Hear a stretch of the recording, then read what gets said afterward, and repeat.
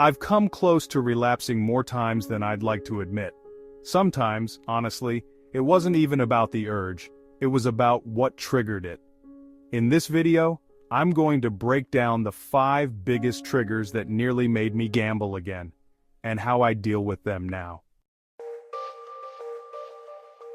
This one hit hard in early recovery, when my brain still craved the rush and constant stimulation that gambling used to give me. Suddenly, I was left with long stretches of time and nothing to fill them, and it felt almost unbearable at first. I had entire evenings with nothing to do, and that silence, it was loud, almost deafening.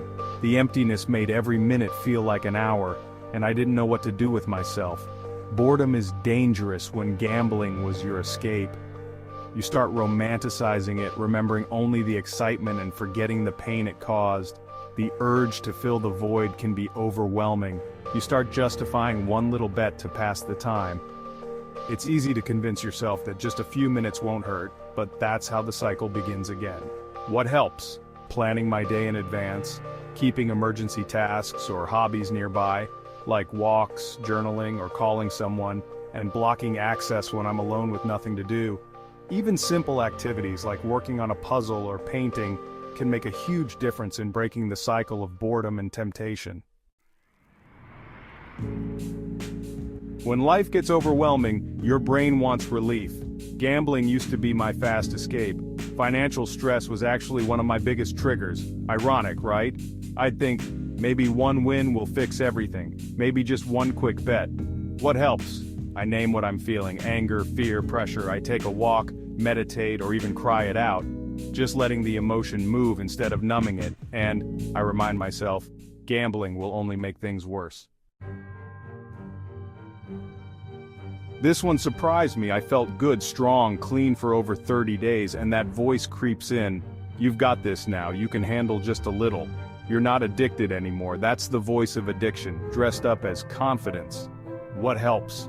I remind myself that time clean does not equal immunity. I revisit my lowest moments to stay grounded, and I stay plugged into recovery content, not just when I'm struggling.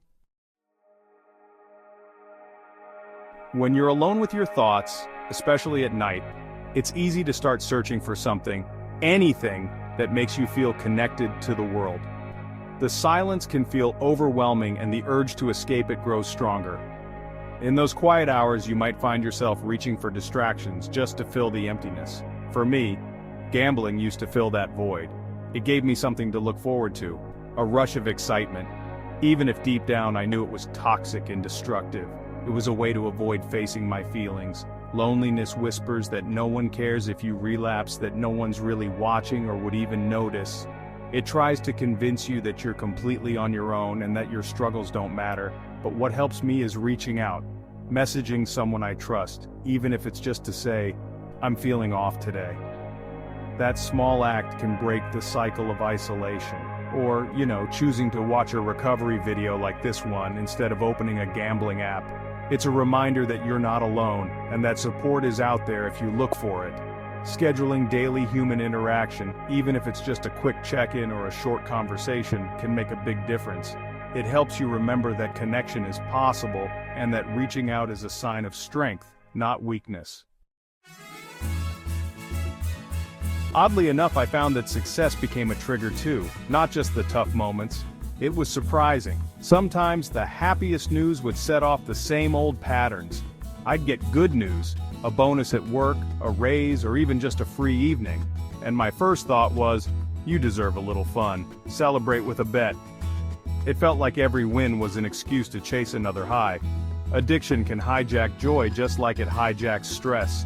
Even moments meant for happiness could get twisted, leaving me feeling conflicted or empty after the celebration faded.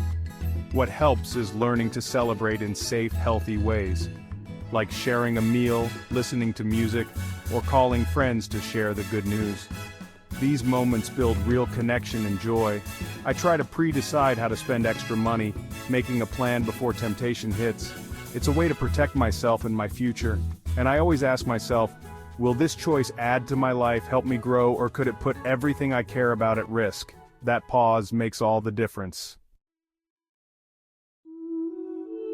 Here's what I've learned. Having triggers doesn't mean you're failing. It means you're human. Recovery isn't about never getting tempted. It's about knowing what tempts you and having a plan. If you can name your triggers, you can manage them. And the more you practice that, the stronger you become. Drop a comment below and tell me which trigger hits you hardest. Let's open that conversation. And if you need help staying grounded, subscribe to Bet Free. I post real recovery tools, personal stories, and support that meets you where you are, not where people expect you to be. You don't have to fight your triggers alone. Let's get through this together.